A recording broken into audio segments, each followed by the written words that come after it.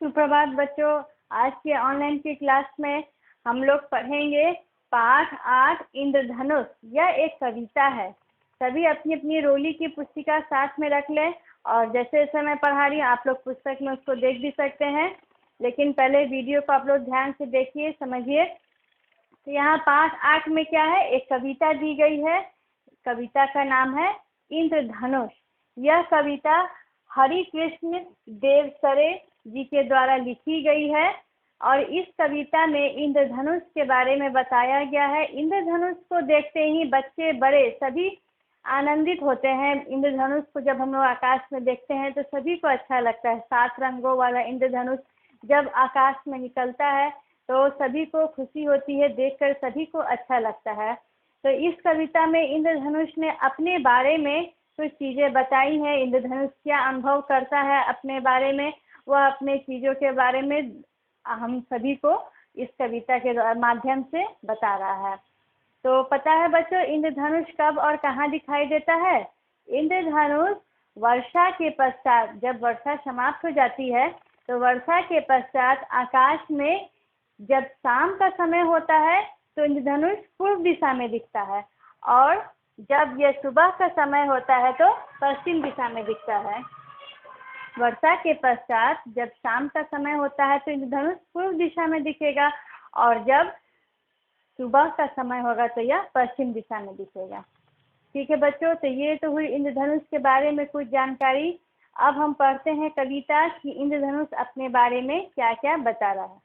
कविता को पढ़ने से पहले यहाँ कुछ 4-5 शब्दार्थ दिए गए हैं, इनको हम पढ़ लेते हैं ताकि कविता में कहीं भी कोई कठिन शब्द आए तो हमें उसका अर्थ पहले से पता हो। सतरंगी, सतरंगी जैसा कि नाम से ही स्पष्ट हो रहा है, 7 रंगों वाला। सतरंगी का अर्थ हुआ 7 रंगों वाला। इस कविता में इंद्रधनुष को सतरंगी कहा गया है क्योंकि इंद्रधनुष में 7 रंग होते हैं। नभमंडल, नभमंडल का अर्थ होता है आकाश। आकृति, आकृति का अर्थ होता है रूप। किसी भी चीज की आकृति हुई, शेप हुआ तो उस चीज का वो रूप हो गया।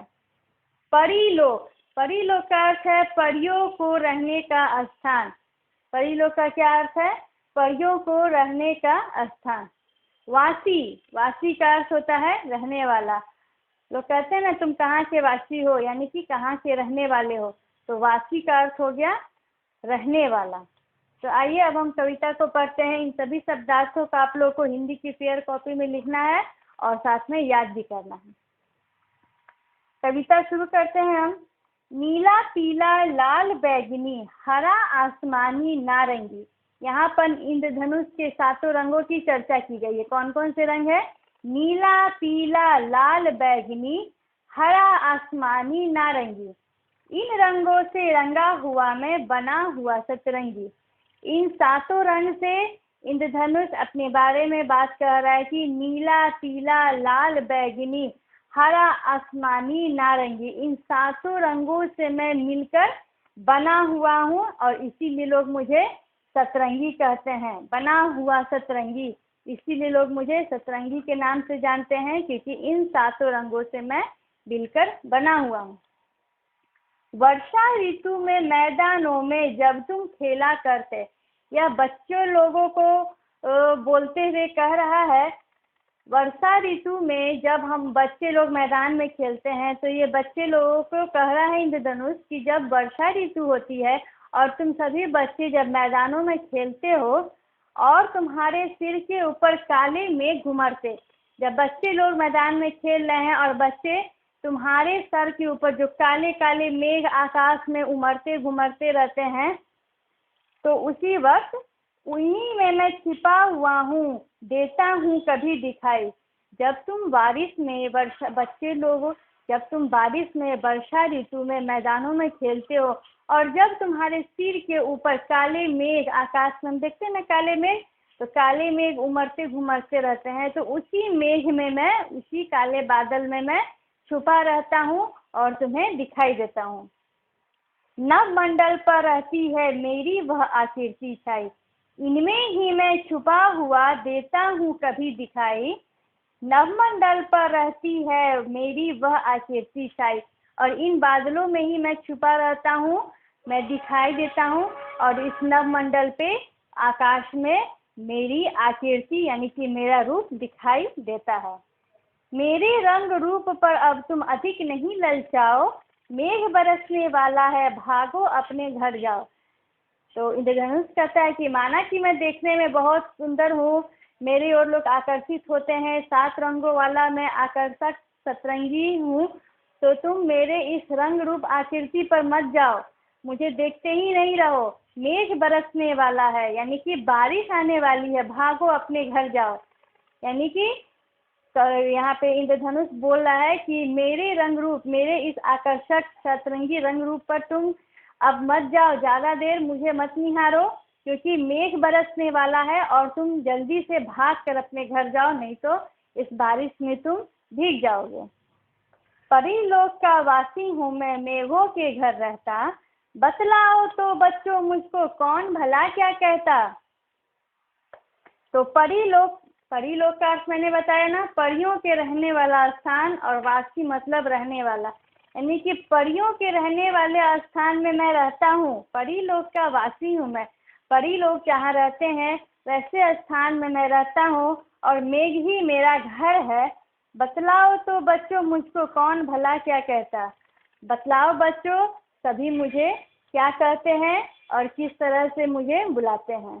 तो ये तो ही बच्चा आप लोग की कविता। इस कविता को आप लोग को बिल्कुल लयबद्ध तरीके से याद करना है, इससे कविता जल्दी याद होती है। और कविता में सभी पंक्तियां आप लोग को याद करनी, क्योंकि अगर प्रश्न आए कि कविता की पंक्तियां पूरी करो, तो ये वही बच्चे बना सकते हैं जिनको पूरी कविता याद होती है। इस कविता को लयबद्ध तरीके से नीला पीला लाल बैगनी हरा आसमानी नारंगी, इन रंगों से रंगा हुआ मैं बना हुआ सतरंगी। इस तरह से आप लोग इसको फिर से घर में एक बार पृष्ठ संख्या 70 पेज नंबर 70, इसको बिल्कुल लयबद्ध तरीके से आप लोग इस कविता को और इनके शब्दार्थों को याद कीजिएगा। इनके कुछ प्रश्न हैं।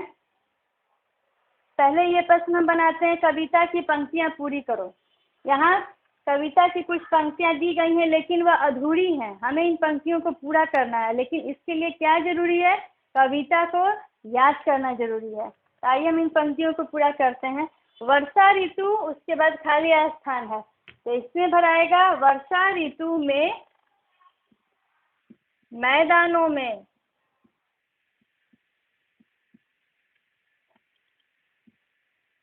वर्षा ऋतु में मैदानों में डैश करते, क्या करते, जब तुम खेला करते।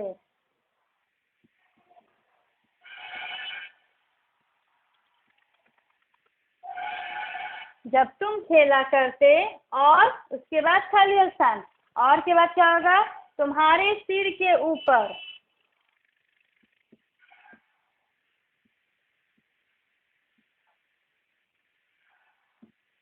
और तुम्हारे सिर के ऊपर डैश घुमरते, क्या घुमरते, काले मेघ घुमरते।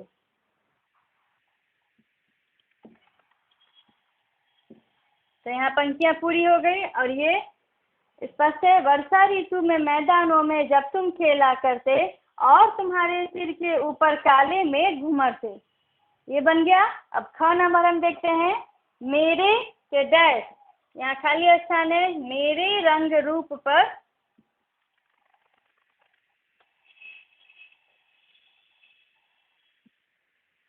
अब तुम, मेरे रंग रूप पर अब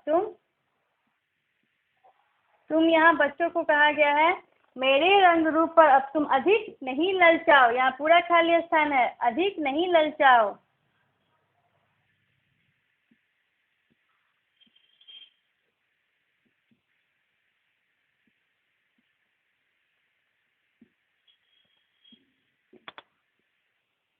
डैश वाला है, क्या वाला है, तो मेघ बरसने वाला है, बारिश आने वाली है। मेघ बरसने, मेघ बरसने वाला है, भागो, उसका खाली स्थान, भागो अपने घर जाओ।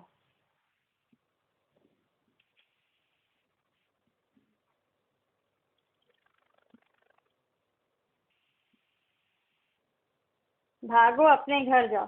चलिए इस पंक्ति को पढ़ते हैं। मेरे रंग रूप पर अब तुम अधिक नहीं ललचाओ, मेघ बरसने वाला है, भागो अपने घर जाओ। तो ये पंक्तियां पूरी हो गई। यहाँ कुछ मौखिक प्रश्न है और लिखित प्रश्न है।